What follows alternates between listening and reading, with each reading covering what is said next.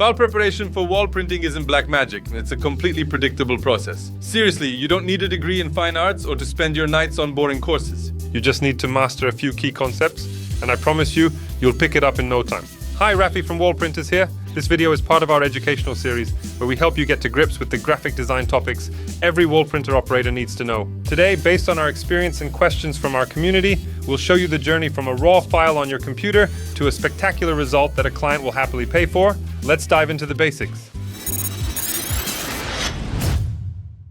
Before you even touch your mouse, you need to decide which format is right for the print. It's simple and comes down to one question. Is your project a photo or a geometric logo made of lines? You have two options. Option 1, a photo or a complex illustration. In this case, you're working with what we call a raster. Imagine a mosaic built from thousands of tiny colored dots. Those are pixels. The quality depends on the resolution. If you try to enlarge a small photo too much, you'll see blurry edges. What is your task here? Save it as a tiff format. Why? Because it's the industry standard that guarantees you won't lose any detail. And if you're not sure if the quality is high enough, drop the graphic into our DPI calculator and check the result. Option 2, a logo, text, or a simple pattern. This is where you and vector graphics take charge. There are no pixels here, only mathematical formulas. You could enlarge this to fit a 10-meter wall and the lines would stay razor sharp. The best format? PDF. The printer will reproduce every curve with perfect precision. Remember this golden rule? Photos are TIFFs, logos and text are PDFs. Simple, right?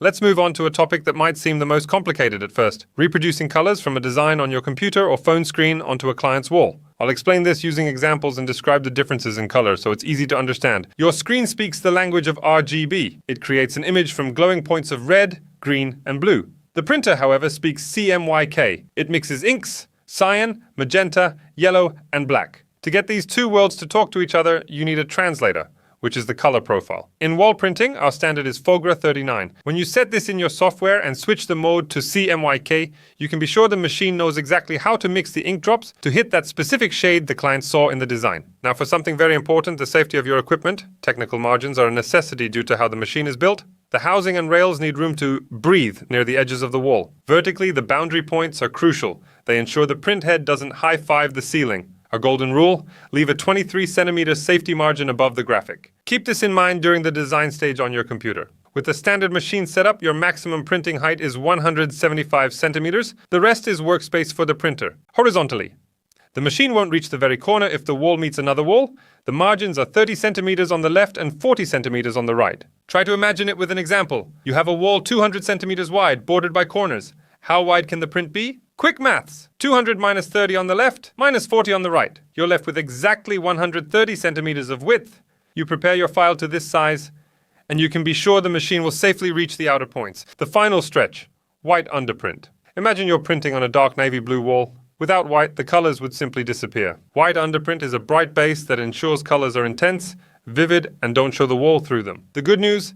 Setting this up in Photoshop takes about 5 minutes. You create an extra spot color channel that tells the printer where to lay the white background. Select the CMYK plus W mode and you're done. Let's pull it all together so you can get started on your designs with confidence. You know the difference between raster and vector. TIFF for photos, PDF for logos, DPI is under control. You understand RGB and CMYK? You'll remember the FOGRA 39 profile so the colors are spot on. You've mastered the margins. You know how to calculate the print area to keep the print head safe. You know what white underprint is for?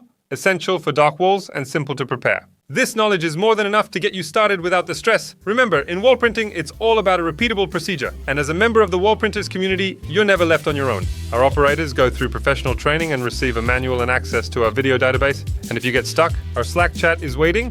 We respond in less than 3 minutes, from morning till evening, 7 days a week. If you want to enter this business with the full support of practitioners, fill out the form on our website. We'll help you take those first, most important steps. Thanks for today. Have fun with your designs and see you in the next episode.